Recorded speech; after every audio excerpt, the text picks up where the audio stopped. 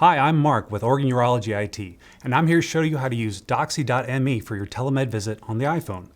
So, first you're going to want to make sure you have the newest software update on your iPhone. You can do that by going to Settings, and then hitting the General selection, going to Software Update, and making sure that the iOS update is the newest. Then you can go back and go to your main page. Prior to your visit, we will send you an email with the hypertext link for Doxy.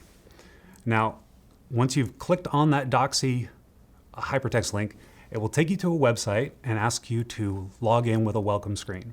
You'll just put in your name, and then it will take you to another web page where it asks you to allow camera and microphone usage.